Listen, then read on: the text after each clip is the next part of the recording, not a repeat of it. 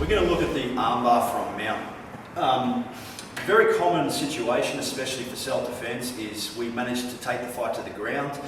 We've achieved a dominant position like the mount. Someone that's untrained and doesn't know what to do from there, generally their natural reaction is just to push away or bench press you off. That exposes a lot of interest into attacks, especially the armbar. So let's have a look at this one.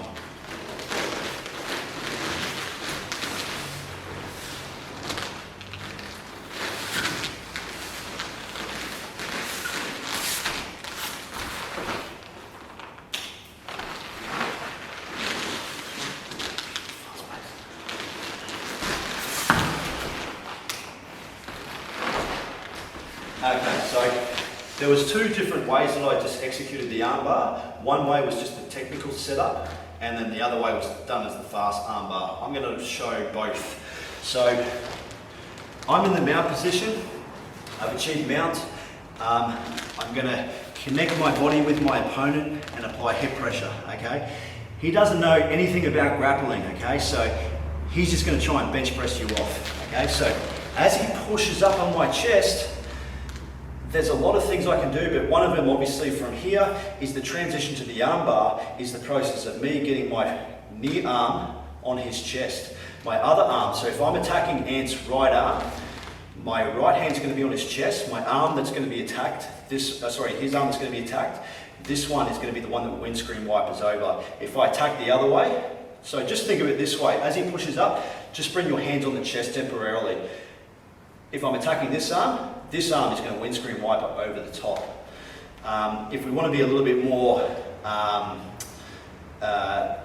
nicer, especially if we're demonstrating the technique on our female students, instead of actually pushing up on the chest, we can just push up on the shoulders.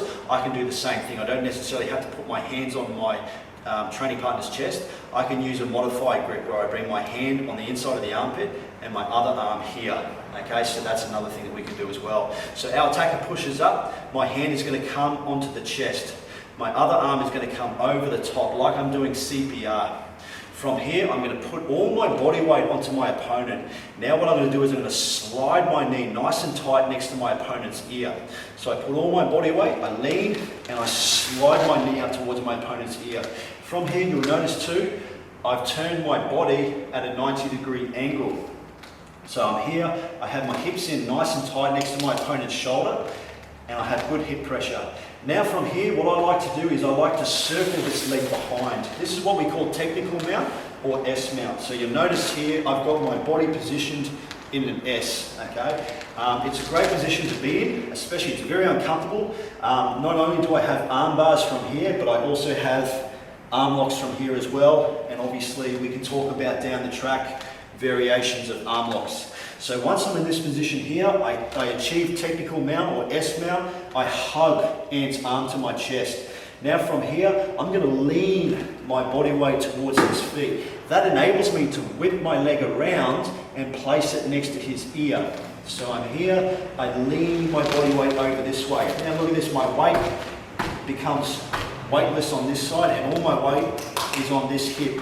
And that makes it so much easier. Now before I fall back, I want to make sure that I plant my foot next to my training partner's head, because if I don't, he can sit back on top. Okay, so I always plant my leg over the guy's head before I fall back. So I lean, plant my foot over the top, and also I'm stretching this up. Then I sit back. Now from here, I want to curl my heels in towards my butt. My knees are going to pinch together. Rule of thumb with arm bars, we want to have the blade of the arm to our chest, not that way. So think of hitchhiking, thumb turned up. I want the thumb pointing up to the roof, and then I want the back of the hand to the chest. Now from here, I hug the arm, I squeeze my knees together. I may get a tap here, I do. If I don't, then from here, I still keep it in nice and tight. But from here, I don't just pull on the arm down here, I want to pull on the hand at the end of the lever. So my hands come to the end of the lever, I'm pulling down on the wrist, and then I elevate my hips. All right, so let's have a look at that one more time. So we're here, we've achieved the mount position. Our attacker pushes up on our chest, okay? If I'm attacking the right arm or right hand is going to come onto the chest, left arm is going to come windscreen wipering over the top. So a windscreen wiper this over the top, palm to palm, like I'm doing CPR. I'm going to slide my knee up towards his head.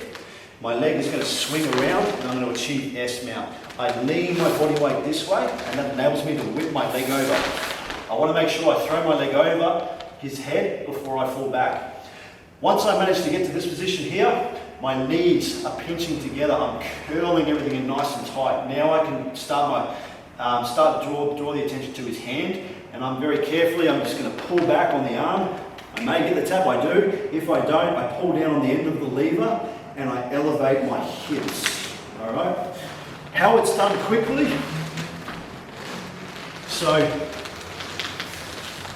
when practicing it, I like to do it like that. As you get a little bit more experienced, then you can do it fast paced. So here he pushes up on the chest. So instead of actually bringing my hands here and getting to this position here, I can do it all in one movement. So he pushes up, I would be here, I'd lean and whip my leg around, and then I can finish it that way.